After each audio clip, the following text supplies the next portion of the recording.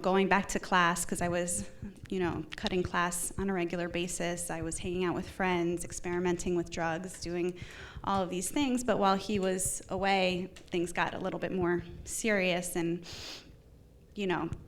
I thought I was going to ace the interview, but I had no chance. In the interview, it became clear very early on that my brother shared things with them, reported on me before I even knew who they were. I had no chance of making it out of the interview room. And I just remember the long process of the intake.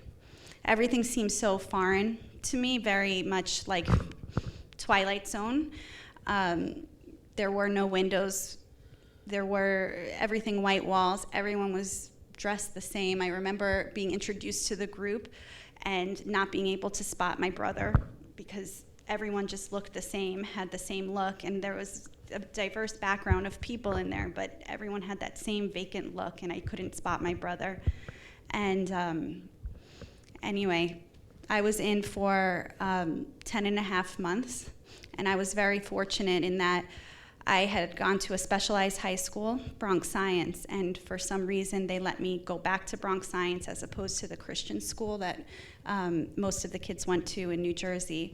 And I was very fortunate to have friends who I connected to who had been my druggie friends in the program, but they really came through for me and helped me run away successfully and connect me to my older sister who hadn't been a part of the program, who now at this time lived in California. And I really admire my brother for speaking out. I spent many years not speaking about the program and not speaking about what happened to us, and I always respected my brother for being very vocal about it. His first feature film was Over the GW, and I very much supported him, but wanted me not to be mentioned in the press, and because I was, moving on with my life, and then, just trying to achieve some level of normalcy. And I see my brother as being much braver than me in that respect, because it took me a long time to speak about what happened in the program. And a few years ago, just being inspired by my brother and the awareness that he, the awareness work that he has done, I started the process of writing my book of my journey through the program. And I found that to be very cathartic, to really work through, really rethink about the events that happened from the perspective of me at 30-something. I know I don't look it. But thinking about the 16-year-old version of myself and really what happened. And I realized that I blamed my parents, my mother a lot. And through speaking with my brother and rethinking it from a more mature perspective, I realized that my mother was a victim as well. It breaks my heart to think about my younger sister, who she's 6 years younger than me, and she had to go to sibling wraps, and she had no say. She had absolutely no say in whether or not she wanted to leave or not. And we want to talk about the formative years of teenagers, but siblings were younger, and many of them wound up, once they got a little bit older, in the program anyway.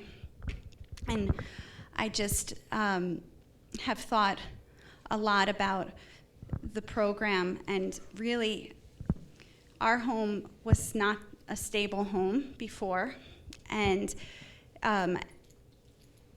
my mother, you can speak a little bit more on it, but she didn't know what to do with us, and we had been acting out, and the program preyed upon already broken homes for profit. And that last part gets me incredibly angry, because they pose themselves on the platform of tough love and altruism and all of that, but at the end of the day, it's about money and false representations. In our program, I don't think that there was ever any type of licensed medical professional, any professional therapist, anybody with any type of experience with this type of thing, except kids that went through it, and it really just fed into itself in terms of the cult and brainwashing and that type of thing. So I'm going to pass it on to my mother now.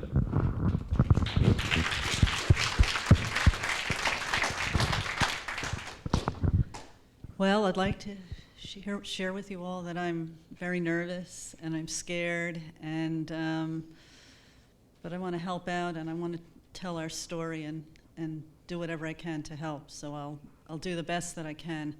And I'd like to start out by saying that recently my grandson had to write a story about his family.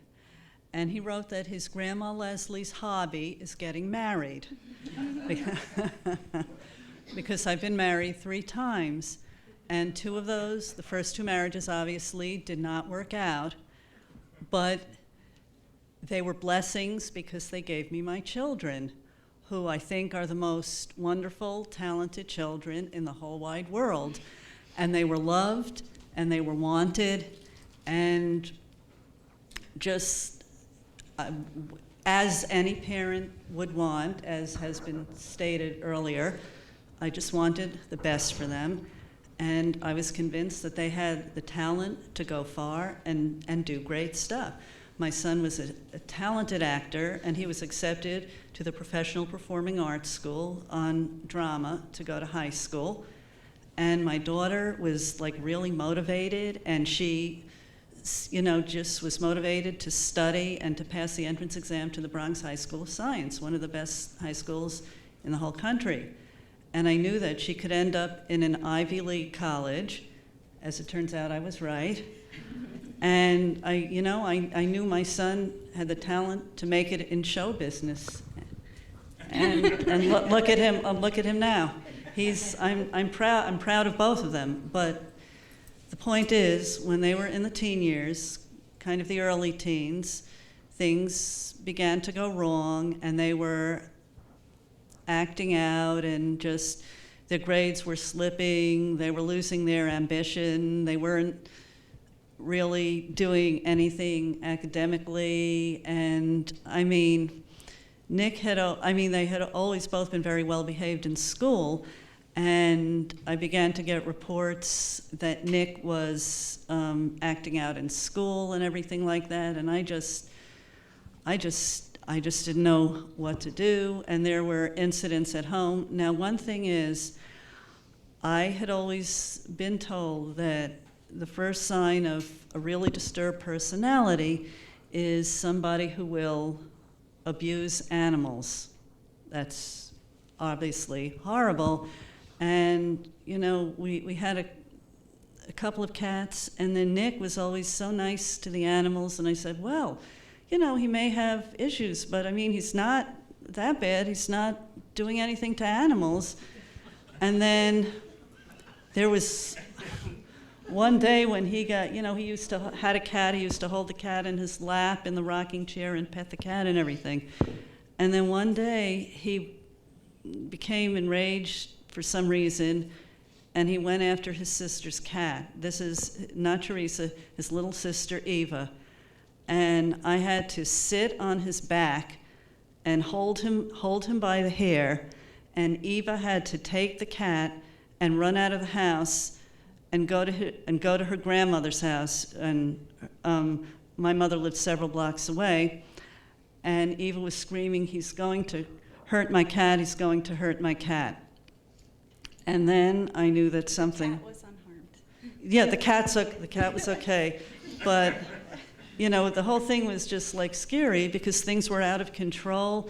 and like the doorway in his room was all like punched through with like holes and everything like that, and it was just scary. And then Theresa was, you know, just, her grades were slipping. It was like she didn't care anymore. You know, she was hostile and everything. And listen, these are great kids that I have. I'm not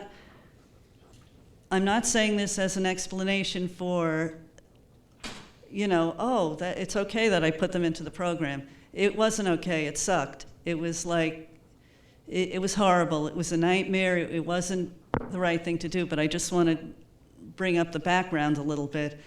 And then I had heard about this program from my ex-husband, and I made an appointment to go out there and attend an open meeting. This was in 1996. And it took me a whole year to put them in the program. A whole year, because I couldn't face it. I kept hoping the problems would go away on their own, that the kids would get better, that there would be no need for something like this. And I felt uncomfortable with that program. I had heard things about it, but like, for instance, 60 Minutes had done an expose on that program a few years back, and I had heard about that, but first of all, there was avoidance. I didn't want to admit there was a problem, but I knew there was a problem, and then I hoped the problem would go away, and that everything could be nice and normal and nice and, you know, like a rosy picture, and it just didn't work that way, and it doesn't work that way. That's not reality. And at the same time, to begin with, I'm a very fearful person, and I'm not good with confrontations. And after what happened to me in the program, I'm like probably worse today than I was. But at any rate, I don't know, I guess I'm getting off track here. But it took me a whole year, and I went to not just one open meeting, but 3 open meetings to see what it was like and everything like that. And I just couldn't do it. I don't know, I just felt uncomfortable with it. But finally, I really didn't know what else to do. And no, I didn't look at other programs, because I kept hoping that everything would improve. And I know that's not, you know, right and everything like that, but that's the way it happened for my family. So then the day that, you know, I put Nick into the program was horrible. We took a taxi out there, and it was just horrible. And Nick tried to run away, like you said, and then they brought him back, and he was very angry, which I can certainly understand.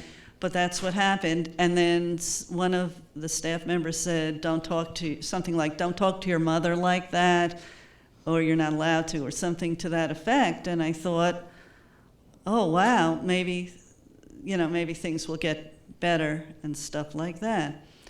And it was just, and then Theresa went in several weeks later.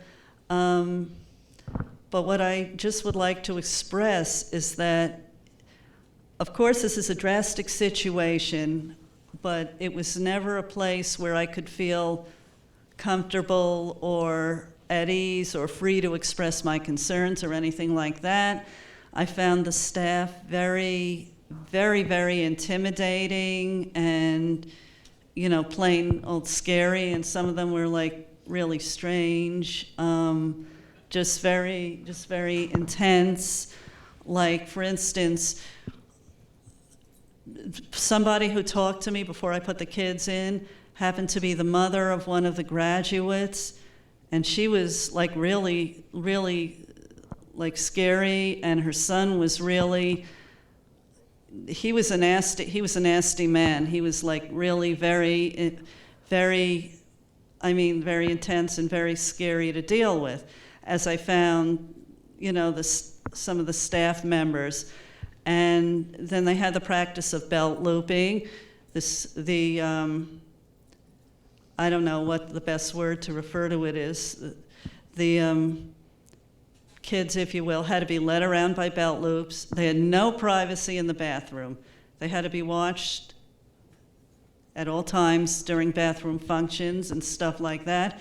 And in fact, later on, my little daughter Eva and I were walking 2 kids to summer camp, and Eva said, "Look, Mom, I'm belt looping them." She wanted them to be safe crossing the street. So she took them by the belt loops, and she was proud of herself. And I thought, oh, what's going on here? But that, again, is a digression. After they were there for a short time, just a few weeks, actually, my mother had looked into another program and come up with another program for them, and I came to it sounded good to me, and I came to take them out. And then at the time, Nick didn't want to come out. He said, "Please let me stay." But Theresa wanted to come out. I'm sure she wanted to come out even more than she expressed to me, but of course, repercussions and everything. And she wanted to come out, and he wanted to stay.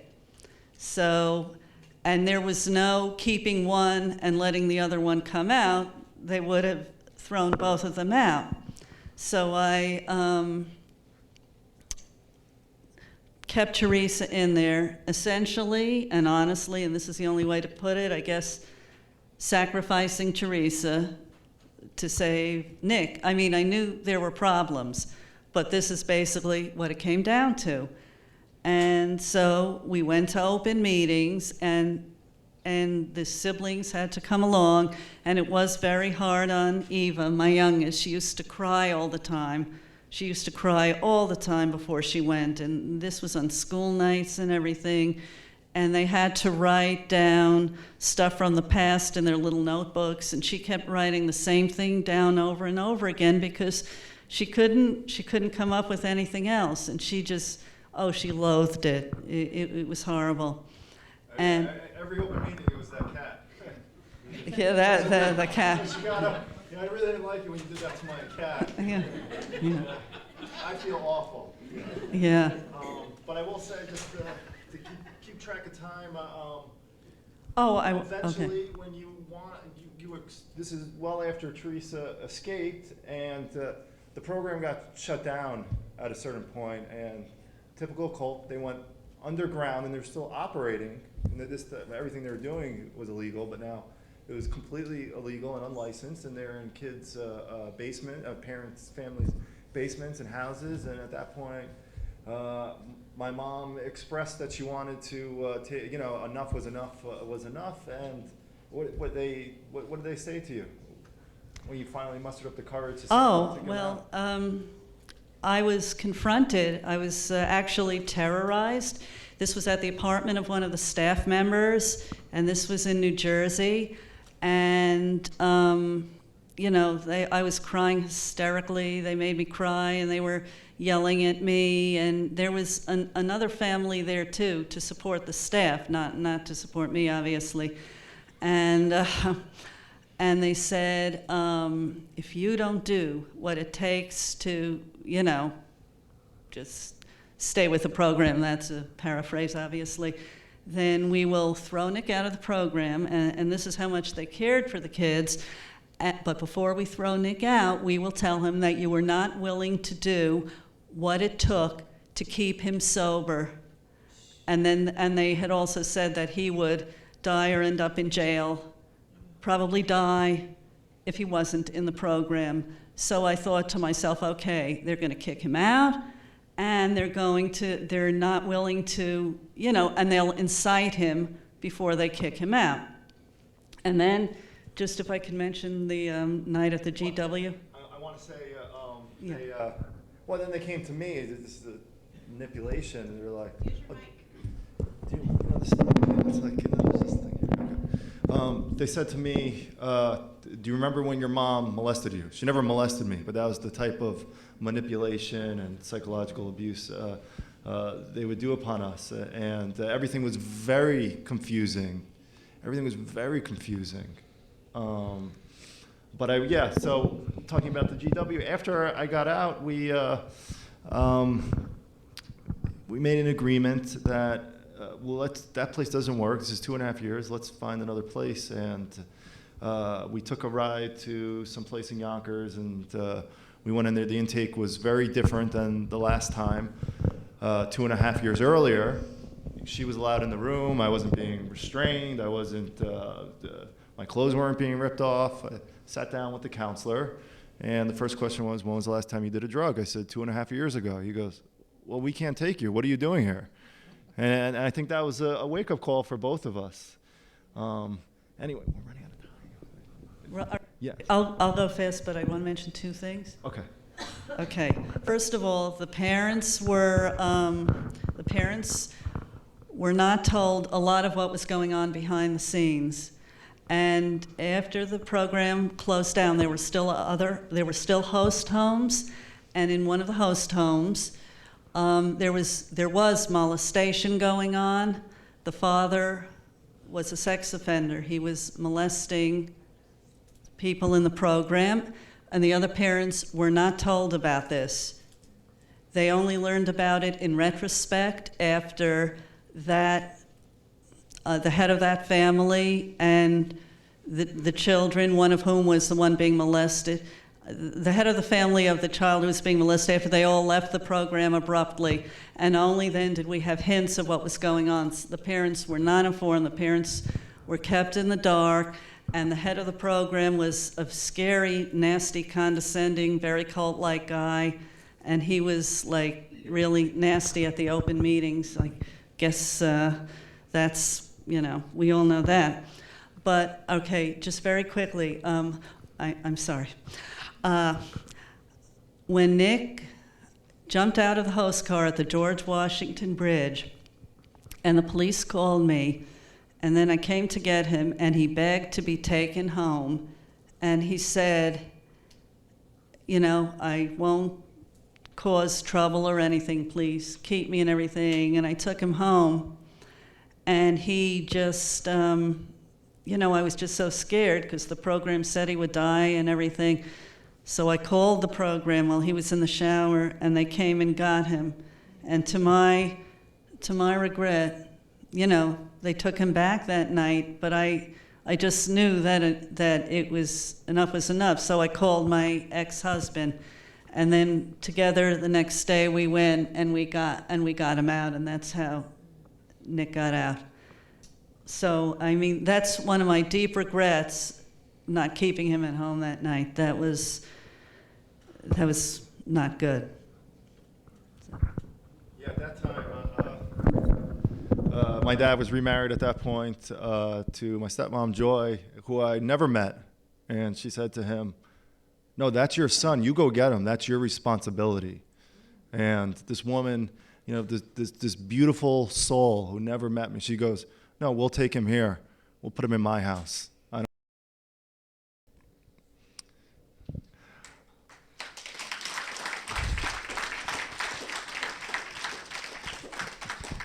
We are running behind, but does anyone have any questions or comments or anything? Trish?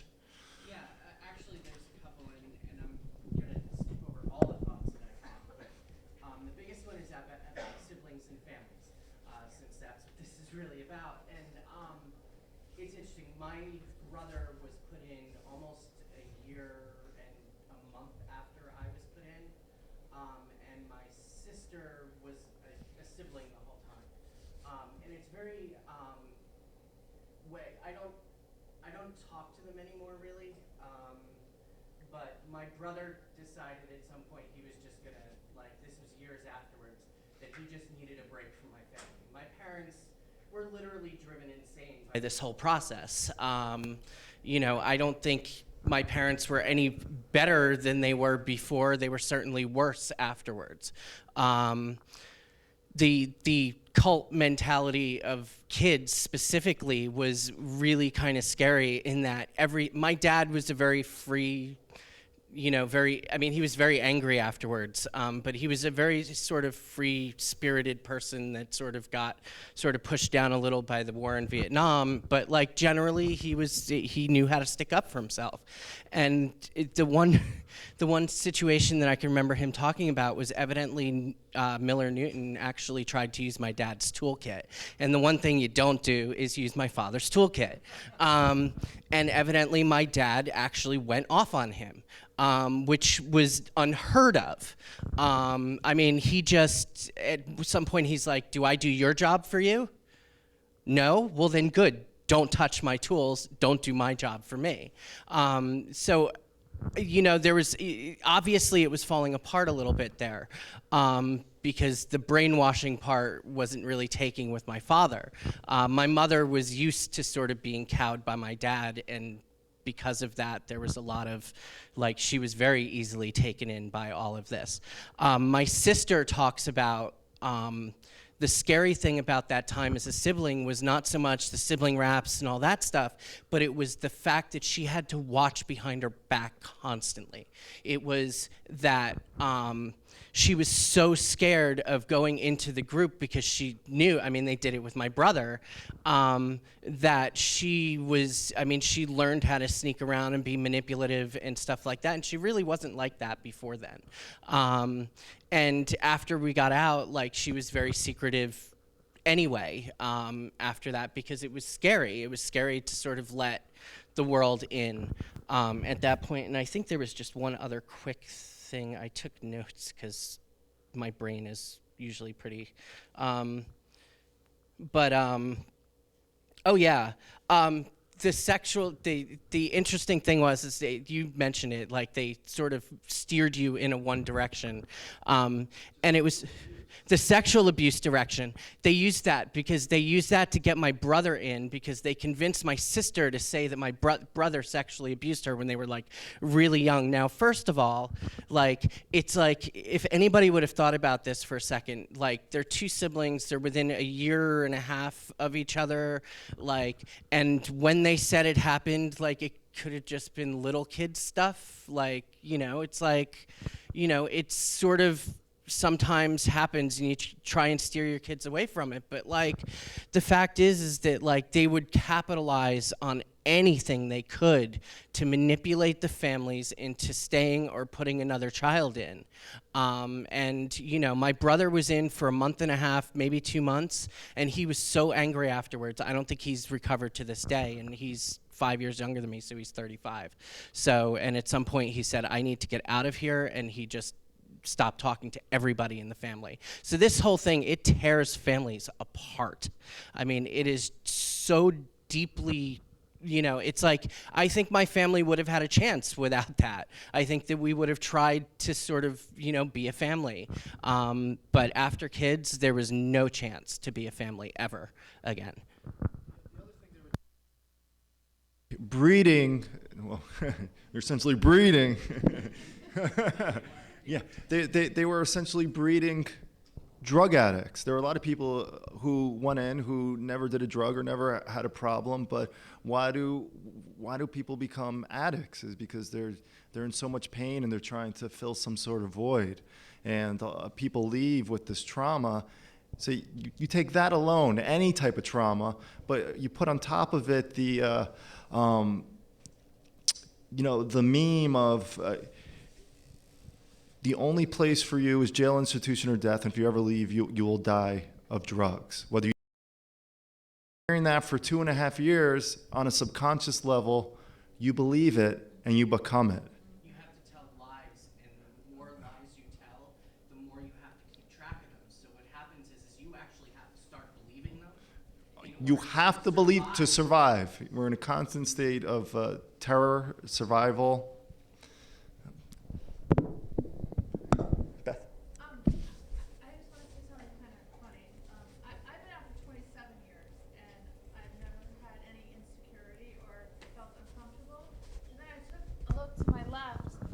Gentleman right here in the blue shirt was in your movie. Am I correct? Yes. Yes, he played a staff member. Oh my God, it's a staff member.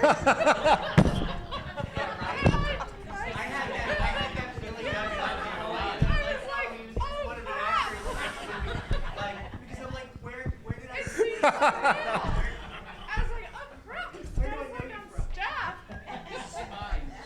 She scared the crap out of me, but I just thought that You have that recognizable face.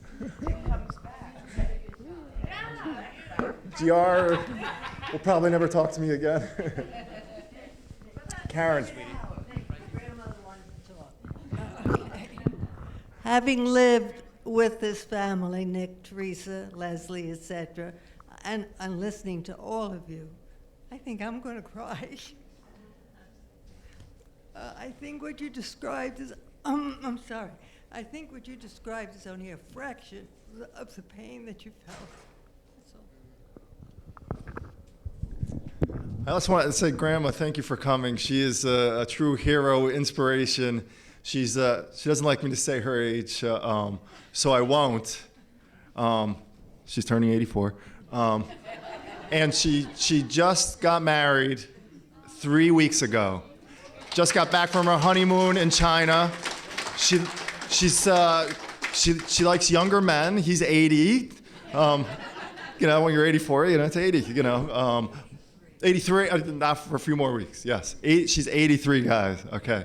But it's just one of these situations that, no matter what happens or how old you are, it's just an example of someone who she enriches her life with these things that she loves and enjoys. Where is your perpetrator now?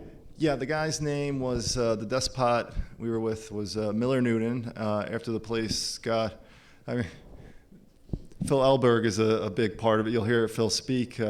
He represented several kids from kids, and successfully sued them, very, very successfully. And Miller Newton moved down to Florida, got ordained as a priest, changed his name to Father Cassian, and was running a new cult down there. He's living scot-free. That's the answer. Karen? Hi, I just want to thank you guys for sharing. I'm also a survivor of kids. I had a question for Mrs. Bacon. Do you still have your son's journal? Are you thinking about publishing it or no? I was thinking about actually writing a book about my story and including Aaron's journal, but one of the hardest things for me, when I go to his box of things and I get to the journal, I'm like ready to slit my throat. It's a really painful thing. And at his trial, he actually testified in his own words. Somebody sat up there and read day by day the journal, and I had to leave the courtroom. And it starts out with his great sense of humor and la-da-da, and then he's dying. And so I don't know what I'll do with Aaron's journal. The whole story is, I don't know if it helps people to keep it out there or let it die. I just don't know. So, but I do have it, yeah. Yeah.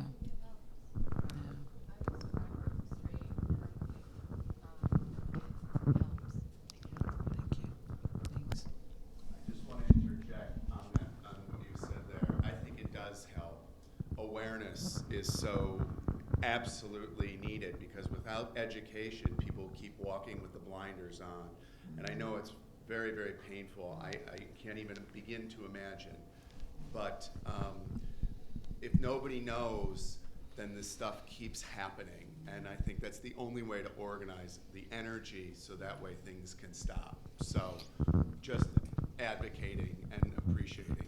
Thank you for your sharing your opinion that it should be done. Reading it was probably the most difficult thing I've ever done in my life. You see in the actual document his inability to control his hand, and he couldn't write for the last several days. There was blood in it. Knowing him as well as I did, I was able to, with quite a bit of work, determine what each word was and what he was trying to say, because it's if you just look at the document, it's almost illegible. It is very moving.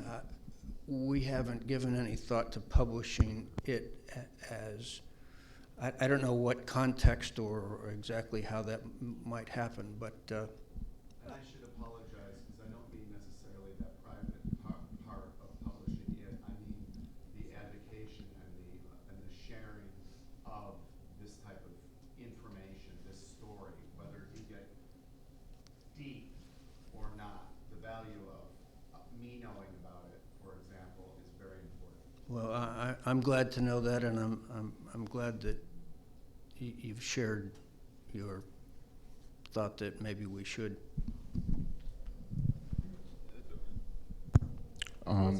Yeah, hold your hand up when you want to ask a question and give Jorge a chance to get over and get the mic to you. Somebody had a question over there? All right, keep your hand up for a second while I come over there. I wanted to kind of say something here real quick, if I could. I'm not a survivor, but I am a supporter of survivors. And really, when I first heard Jody's story, it was incredibly inspiring, which is why I am a life commitment. I've made a life commitment to support her and her organization, no matter what it is. Her story inspired me. So I say that to say, I think the Bacons, you should tell that story. Get those memos out there. Nick, make films. I mean, you guys need to talk.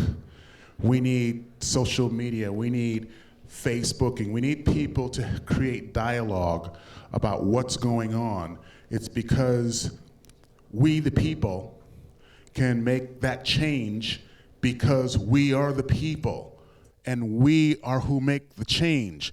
But it starts with dialogue, and it starts with ideas and creativity, and we have to take a step back and really relive that pain in order to take 20 steps forward so that we can really push forward. Now, we all have our own stories and we all have our own pains, and I have a lot of stories growing up, black man in America, only child, no father. I survived that, so I guess I'm a survivor of something. But the point is, the whole idea we even came to New York in the first place is the media capital of the world. You have a device, you have a voice, you have a heart, you have passion, you have creativity. Use all of that, everything that you want to get out. This is a platform for a voice for those kids that are still in. For the survivors, the millions of survivors are out there that are afraid to even come out and even say anything. You can be the voice for them. For non-survivors and just people who they don't really know anything, but they want to help in some way, shape, or form. So I say, have a voice, be the people, we the people, and you're survivors, and we the people are the survivors. Authority. We'll be showing it later at the theater. There's a PSA of George Bush Sr. saying, send your kids to straight, which is essentially kids. And then you have other people like a Dr. Phil, who his brand is the most trusted man in America, and he sends kids to Aspen Education Group, where I think at least 5 kids have died, if not more. And he sends kids on his show, and Aspen is more. Dr. Fool, yeah. And he, when I looked in his eyes, I didn't see anyone in there. After we did the thing, I shook his hand. He's like, Nick, you and I, we need to team up and get these places shut down. I'm like, are you serious? But it's reaching these people who appear as authorities or maybe are not, but people who are in a place of power, and just really getting the word out. GR. No, along the same lines. My original question was, but now hearing this, it doesn't seem, is there some type of watchdog group that goes around and evaluates these places, or do you have to rely on government institutions to go into these places to shut them down? How do you get these places shut down? It's a good question. Short answer is not a short answer, but first of all, even during the GAO hearings, with experienced investigators using data from the states and reporting agencies, they couldn't even in 2008. They couldn't even tell the number of programs that exist. States have varying reporting rules, so they can't tell you how many incidents of abuse, death, etc. happens. So that's a big factor. You don't have programs open and close under different names. It still happens, so they can be sanctioned in one state, change names, go do what they want to do. My daughter died at the Catherine Freer program, as I said. They had 3 deaths within the span, beginning with Erica's death. Then they had another death in Nevada in October of that same year. They had a 3rd death in their Oregon program in March of 2003, and continued in business, merrily on their way, helped to write the rules for wilderness programs in Oregon, sat on the Oregon outdoor behavioral health, on the committee with the state regulators, happily, comfortably. My argument always was, as they continued in business and were not sanctioned by anyone, much less themselves, I just always had this question in my mind. If I were, to use a bad analogy, if I were the world's best ambulance driver and had saved countless lives by my superior ambulance driving skills, but had in the midst of that hit and killed 3 people during my ambulance driving career, I would have looked for another line of business, even if I thought I was the best at what I did. But the founder of Catherine Freer program apparently did not have that same mindset and continued in business, for another 10 years after having 3 kids die in the span of 9 months. Only my daughter's was reported, really. The second girl was not ever mentioned in any sort of media reports. The 3rd death was from a tree branch falling on a kid in his tent, so I guess that can be considered an act of God, but at any rate. So, as I said, no short answer to that. There is no watchdog agency, and there is only awareness and parents. And when you talk about affecting people in power, to me, the ultimate people in power are the parents who have teenagers right now that they're considering finding treatment for, because they do have the power. They have the power to put their kids wherever and leave them there. So. Cindy, I'd like to say something. Anyway, as regarding that, I feel like as parents, when we don't have options to say to people, though, you know what I mean? If there's a parent in crises and they want to send their kid to one of these programs, it'd be really great if we said, don't do that, but think about this. When people are struggling, it's like, I don't know, as a society, Bob will say. Anyway, I feel like we're failing our kids in general, and I feel like we need to I don't know, maybe have better community things or church groups, I don't know, but something to offer parents if we say, don't do this, but hey, how about this, you know, I don't know. It's important to understand that a lot of the kids who are in these programs have been adjudicated. We learned that a number of the kids who had been in the program with Aaron were sent there by the courts as an alternative to other forms of justice. So informing everyone from the judicial system, the legislatures, and of course the parents. When a judge adjudicates a child to one of these programs, they don't live with the guilt. It doesn't destroy their family. It's a simple decision for them to make. I would imagine that most of us here are here because we've somehow experienced how damaging it is to individuals and families. And but this is a very, very difficult problem to solve.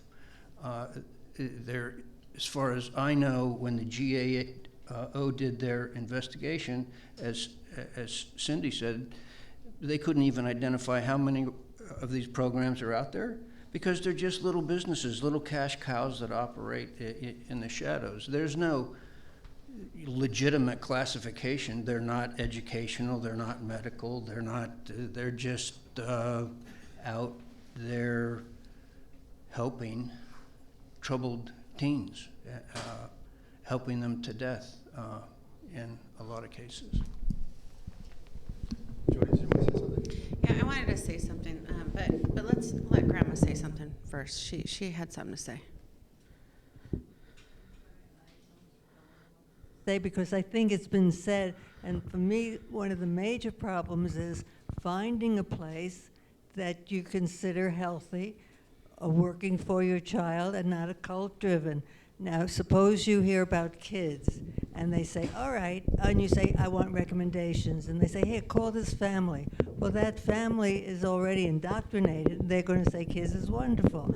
So how do you find, and then there's Dr. Phil who's saying something is wonderful when you know it is, we know it isn't.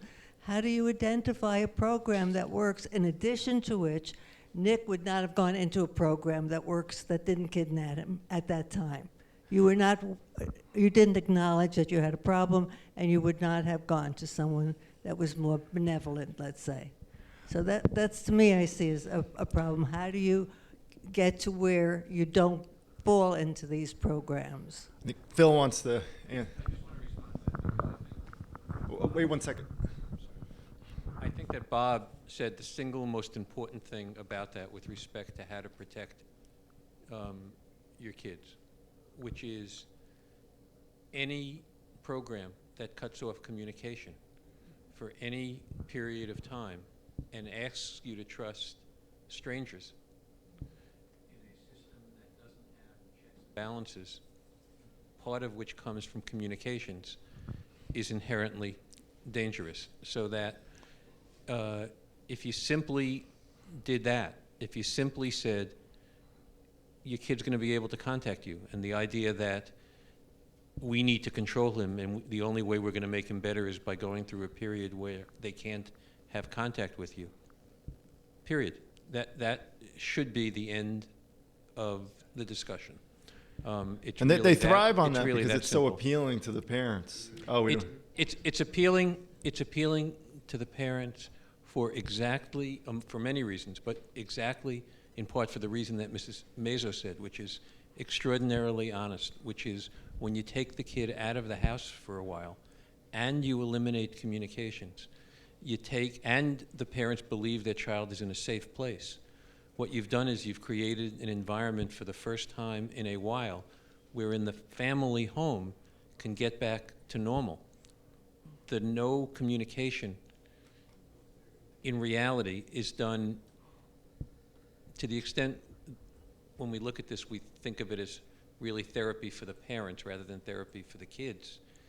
It's therapeutic for the parents to have a period of time when there's no contact with their kid when they believe their kid is in a safe place. That's just a sad truth. But Bob said it exactly right. If you simply made that change, no programs where there's no communication with your kid, a significant portion of the problems would be eliminated. I would also say, if you're shopping for a drug rehab for your kids and there's staff members that don't have at least a master's degree, that's another red flag. And I don't believe restraint should ever be used in a therapeutic setting or solitary confinement for drug addiction. There's no place for it. So I went to a reform school. It was a religious boarding school, and my parents thought I was a drug addict. I was not, and I was 17 years old, and to me, for my particular circumstance, my family was at such a level, it was just so dysfunctional, and my mom, who I want to say, I love you, Mom. Thank you so much for supporting me now and believing me that, abuse did occur. And so for me, you were made to, I wanted to make sure to realize the fact that they use this term, and I think it's very true, is institutionalization.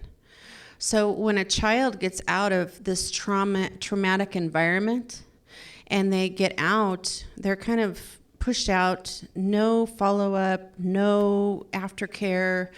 I was 18, and it was kind of like, see you later. And I didn't know how to balance a checkbook. I didn't know how to do anything on my own. I didn't have a high school education, and my head was so twisted around that I couldn't be a normal functioning adult. And, I ended up getting married early, and thankfully for me, it worked out, and I'm married 23 years later. But so often that's not the case. And, what happens is they either go into drugs to try to, pacify or numb the feelings, or prostitution can be involved, homelessness. I mean, there's just so many after effects and ramifications of this type of treatment, if you will. And to this day, I myself personally have ongoing issues dealing with the aftermath, and I probably will for the rest of my life. And I just know that as a fact, and that's how I continue to deal with my life. I just deal with it as it comes. And I know that there's going to be triggers. I know that there's going to be things that I have to go through. And I'm kind of in a period in my life, after realizing, after speaking, after becoming empowered, that I can now acknowledge it and I can move forward. And so, again, I urge those who, haven't talked about it, are afraid, terrified to come out, just talk to maybe a close friend, another survivor, that, and make that first step about just talking about it. Talking about it makes it real, and then you begin to move forward. So that's my 2 cents. Sorry. I wanted to say on Sunday, tomorrow, Saturday, the demonstration, but Sunday, there's going to be an educational seminar, and people are asking, well, what can you do? What can be done? We're going to be talking about those things, taking a stand, doing things. And we're going to have Maya Salvit speaking, and we're also going to have a memorial service for those who we've lost in the program, whether it's in the program itself or afterwards due to suicide or something else. We want to honor those, and we would like you to attend. So if you can attend on Sunday, please come and honor those we've lost. So that's it. Okay, last one. Addie. Thanks. I just wanted to, I don't want to stand actually, but I just wanted to make sure that someone said condolences. Thank you so much. And I want to give you my condolences. Thank you.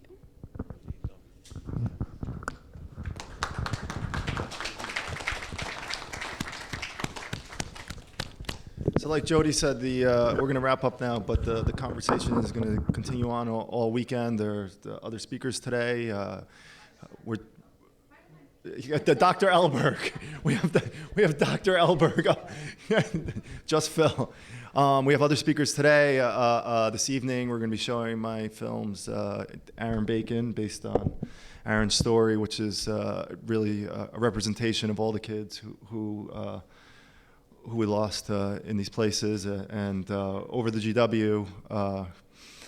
And the conversation will continue then, and on Sunday, we'll be back here. So if there's any more questions or comments or anything, we'd love to have everyone around as much as possible. I want to thank everyone on this panel for coming out. This is the, I guess in Hollywood terms, this is this is the summer blockbuster of panels. I mean, getting all these people together is just an incredible thing, and I thank you all from the bottom of my heart. And before we let you go, I just want... Sorry. We actually have some awards over there on the table that I would like to give to Nick to give to this gracious panel for being here. So if you just bear with us 2 minutes, we're going to honor them by giving them an award for coming out. Thank you. And after this, I think we're breaking for lunch. Theresa and I are going to be at the back table, though. I have DVDs of Over the GW. She has her book run, and we'll be signing autographs. If anyone wants one, come back, and I'm happy to. And I want to do a quick little reminder. The Zombie Blast drinks, energy shots are $3, and the T-shirts, I think, are $20. Nick, how much are your DVDs for your film? You're selling those as well, aren't you? Yeah, I mean, they go for $20, but if someone wants one and they don't, come anyway. They're meant to be seen. So. Yeah, so support Nick and his film, and I don't know what else to say. That's just. Oh, really? Who is Yanat Yasaret? Oh, Theresa Pena. Oh.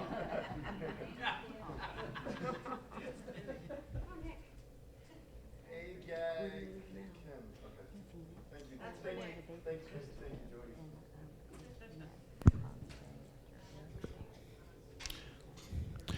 And if you guys want to join us tomorrow, we're going to carry some signs, some of our Stand Against Institutional Abuse sign in Times Square. We're going to meet here at the hotel in the lobby at 11 o'clock, and then we're going to head over to Times Square for a little bit and pass out some stickers and hold our signs and do some social media to create some awareness.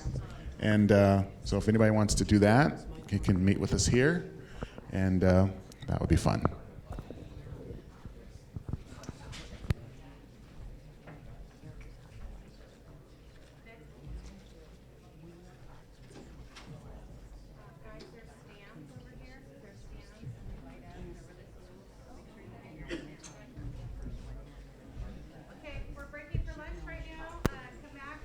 Thank you, guys.